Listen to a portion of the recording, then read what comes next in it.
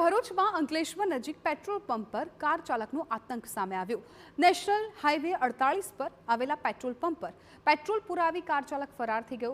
કારમાં ₹3000 થી વધારેનું પેટ્રોલ ભરાવ્યા બાદ કાર ચાલક ફરાર થયો। પેટ્રોલ પંપના કર્મચારીએ કાર ચાલકને રોકવા જતા અકસ્માત સર્જાયો।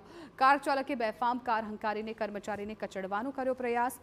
પોલીસે સીસીટીવીના આધારે વધુ કાર્યવાહી હાથ ધરી છે।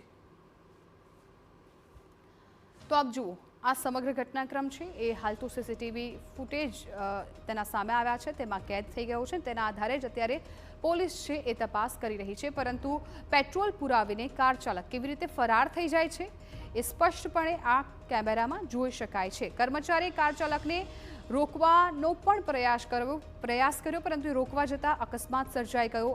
આપ જુઓ કે કર્મચારી છે એ ફંગોળાઈને ત્યાં પટકાયો, તે પણ દ્રશ્યોમાં કેદ થઈ ગયું છે।